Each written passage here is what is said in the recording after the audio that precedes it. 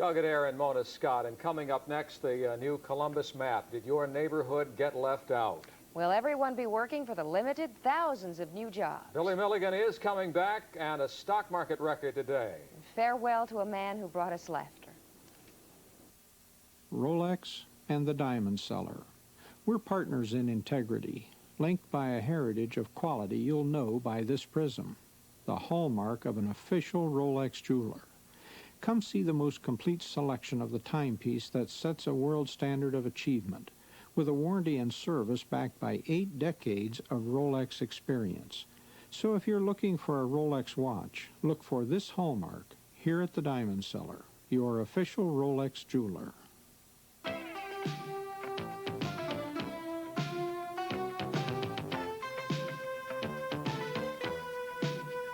Be part of today's Air Force team.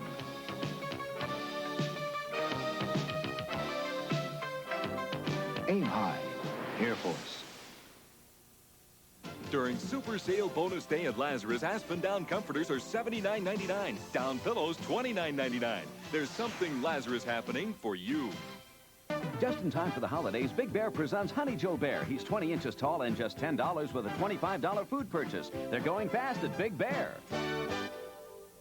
Doug and Mona, Jimmy and Jim are on WCMH Television, Columbus, Ohio. News Watch 4 Columbus is next. Good evening, everyone. No limit to what the Limited is doing in Columbus and for Columbus. We're learning tonight of 7,000 more jobs over the next 10 years. And that's on top of the 7,000 announced just 4 months ago. Expansion equal to 4 Saturn plants and a complex of buildings the equivalent of putting Capitol Square under roof 16 times. Ben Piscatelli says there will be nothing like it anywhere in the world. Mona, the Limited certainly living up to its reputation. It's already the largest and the fastest growing fashion chain in the country. Now they're saying that 17,000 people may be working there by 1997. That's going to take a very big investment, and 2 local school districts are underwriting part of that. Limited Chairman Les Wexner was all smiles when he broke ground in July for a $130 million expansion. It seems like he struck gold. The blue section of this map shows us the latest Limited growth, a $241 million blueprint that promises 17,000 jobs for a company that now has 3,000 people on the payroll. Governor Celeste put that in perspective. That's the equivalent of adding 4 Saturn plants. 4 Saturn plants to Columbus, Ohio in the next decade. And that decade delivers a big tax breaks from the Columbus and Gahanna Jefferson school system. Tax abatements just approved are worth nearly $2 million a year through 1997. Only real estate taxes will be abated. We certainly will pay our fair share of city, state, and property taxes. Schools will continue to collect tax on the tangible personal property, which includes equipment and inventory.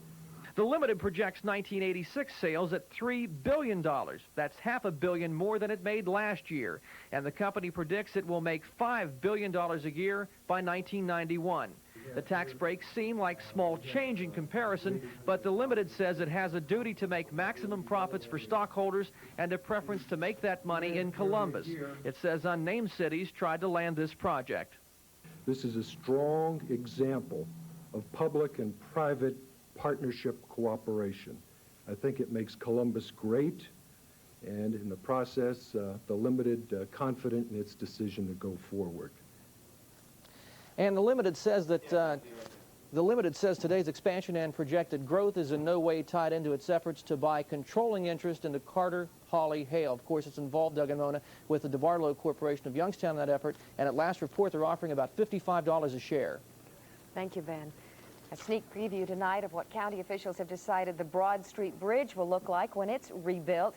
2 public hearings tomorrow will unveil this preliminary design. The new bridge will be 6 lanes with 12-foot wide walkways. It'll have clean lines, be built to last 100 years, with 3 arches underneath so you can see more of the river instead of the 7 arches the existing bridge has.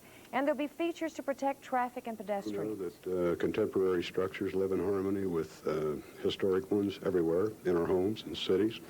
And I think that what we have seen proposed for the riverfront in general, that it deserves a 21st century technology. The bridge will cost $7 million. 80% of the money will come from Washington. And there are also plans tonight for a new map of Franklin County, and Marianne Herman tells us that some places make it on and some do not. When you have to fit all of Franklin County onto one map about 3 by 3 feet, something has to go. And County Engineer John Circle is the person who decides what. We try to be as inclusive as we possibly can, and we try to evaluate how much interest the public has in the items we're put on the map. Some places you might not expect to be on the new map will be, and vice versa. Small private streets, large apartments and condos, churches, and the Confederate cemetery are on there, as well as German, Italian, and American villages. But other communities in Columbus are left off the map. No Clintonville, Driving Park, Franklinton, or University area. You won't find Hilltop on the new map, but the Hilltop Commission says it should go on there because Hilltop is one of the largest communities in Columbus. It's kind of pressure, I guess, if they're a well-known, something that adds to something you really need to know if you were coming to town or lived here, or either, I guess. We just think that more people are aware of German Village than they are of some of the other commissions. But if those other commissions want to fight for a spot on the map, they've got 10 days before it goes to print. Marianne Herman, Newswatch 4, Columbus. President Reagan being given much of the credit tonight for what happened on the stock market today. The Dow Jones Industrial Average shot up more than 43 points to close at an all-time record high. And what the president did was to ask the Attorney General to have appointed an independent counsel to investigate the arms sales to Iran and the diversion of the profits to the Nicaraguan rebels. If illegal acts were undertaken, those who did so will be brought to justice. If actions in implementing my policy were taken without my authorization, knowledge, or concurrence, this will be exposed and appropriate corrective steps will be implemented. Meanwhile, the fired National Security Council aide, Lieutenant Colonel Oliver North, refused to answer questions from the Senate Judiciary Committee, and Ohio's John Glenn had something to say about that. I can't think of anything that's going to polarize Capitol Hill more or make this into a political football any more than people taking the fifth. Great trust in the Lord. The Senate committee had wanted to know about North's role in the money that went to the Contras. Billy Milligan may yet be going to the state of Washington to face murder charges, but for now at least, he'll soon be on his way from Florida back to Columbus. Mr. Milligan, he waives. No bond and a waiver. So he waived extradition, and Milligan will be brought back to Columbus within 10 days, and this time placed in a maximum security mental facility. Lucille Ball says tonight that her family had prayed that her former husband would be free of pain, and Desi Arznaz died today. He was 69 years old. The doctor said it was cancer from all of those Cuban cigars that he had smoked. His daughter Lucy was with Desi when he died early today in Del Mar, California.